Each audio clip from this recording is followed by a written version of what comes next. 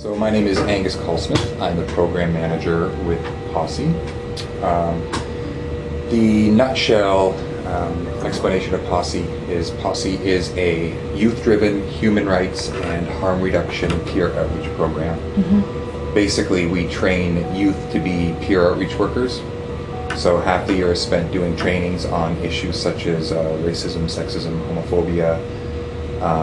The other half of the year is out in the community connecting with youth, offering harm reduction information, resources, referrals. Yeah, so that's kind of the essence of what we do. I first came across POSSE. POSSE's been around as POSSE since 2003.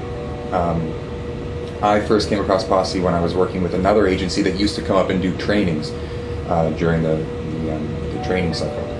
And the first time I walked into a meeting, I just thought, I was like, wow, it was just such a neat environment. It was all these youth of diverse backgrounds just kind of coming together. The main thing I thought was I wasn't that socially minded when I was 15, 16, 18. And these guys are all there learning about human rights issues and social justice issues and working to kind of change their community. And that's the first thing that kind of blew me away. And I didn't know that within a couple of years I'd actually be running the program. I would say the biggest thing that I find, I don't know if it's shocking, but disturbing, is the amount of people out there that still talk about today's youth as,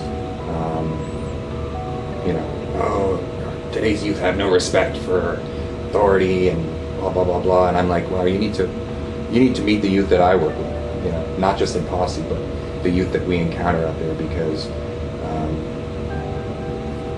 it's just not true. Right? I mean, I grew up in Burlington, and I didn't realize really that there was no diversity in my community, and